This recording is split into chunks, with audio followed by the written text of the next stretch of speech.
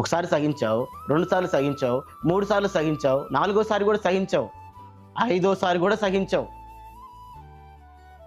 6ఓసారి గనక నువ్వు తిరగబడ్డావు అనుకో, 6ఓసారి గనక ఈ 5 సార్లు సహించిన కోపమంతా వెళ్ళగక్కావు అనుకో, ఈ 5 సార్లు కూడగట్టుకున్న ఫలమంతా కూడా ఒక్క దెబ్బకి ఎగిరిపోతుంది.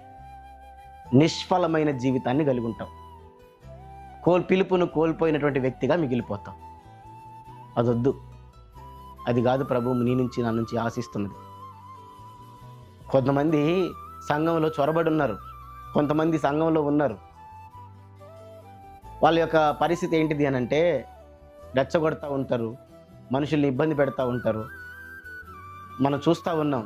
బంధులు చేద్దామంటారు, రాస్తారోకలు చేద్దామంటారు, నిరసనలు చేద్దామంటారు. ఎక్కడిది ఇది? ఏ ఊరిలో నుంచి వచ్చింది? ఏ గ్రంథంలో నుంచి వచ్చింది? పరిశుద్ధ గ్రంథంలో ఇవన్నీ లేవే. ఎందుకు చెప్తున్నావు? ఎందుకు చేపిస్తున్నావు ఆ రీతిగా? మీరెందుకు వెళ్తున్నారు? వెళ్ళొద్దు.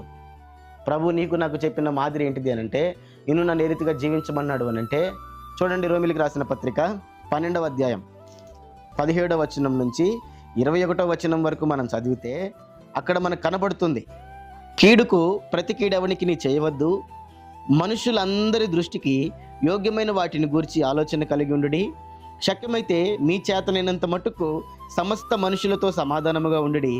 ప్రియులారా, మీకు మీరే పగ తీర్చుకొనక దేవుని ఉగ్రతకు చోటీడి, పగ తీర్చుట నా పని, నేనే ప్రతిఫలము నిత్తును అని ప్రభువు చెప్పుచున్నాడని వ్రాయబడి ఉన్నది.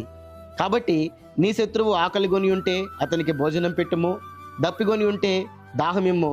అలాగు చేయుట వలన అతని తల మీద నిప్పులు కుప్పగా పోయిదువు. కీడు వలన జయింపబడక మేలు చేత కీడును జయించుము. ఏం చెబుతున్నాడు? కీడుకు ప్రతి కీడెవనికి చేయొద్దు. నువ్వే పగ తీర్చుకోవద్దు. పగ తీర్చుట దేవుని పని, ఆయనకు అప్పగించుకో. సమస్త మనుషులతో సమాధానంగా ఉండు. తర్వాత ఏం చెప్పాడు? నీ శత్రువు ఆకలిగొంటే అతనికి భోజనం పెట్టు, దప్పిగొంటే దాహం తీర్చు. అలాగూ చేయడం వల్ల ఏమవుతుంది? వాడి నెత్తి మీద నిప్పులు కుప్ప పోస్తాం. కీడుకు కీడు చేసి ఎప్పటికీ జయించలేవు. చూస్తున్నాం, తరతరాలు యుగాలు మారినా కూడా కీడుకు కీడు చేస్తూ పోతే వారి మధ్యలో సమాధానం ఎప్పటికీ రాదు. చూడలేదా మనం? నువ్వు ఒకటి అంటావు, నేను ఒకటి అంటా, నీ కోపం వస్తుంది, నువ్వు మళ్ళీ అంటావు, నేను మళ్ళీ అంటా. ఇలాగున ఎప్పటికీ సమాధానం రాదు. అలా కాకుండా ఏం చెప్పాడైనా? కీడు వలన జయింపబడక మేలు చేత కీడును జయించుము. కీడు వలన జయింపబడక మేలు చేత కీడును జయించమన్నాడు. మేలు చేసి కీడును జయించమంటున్నాడు.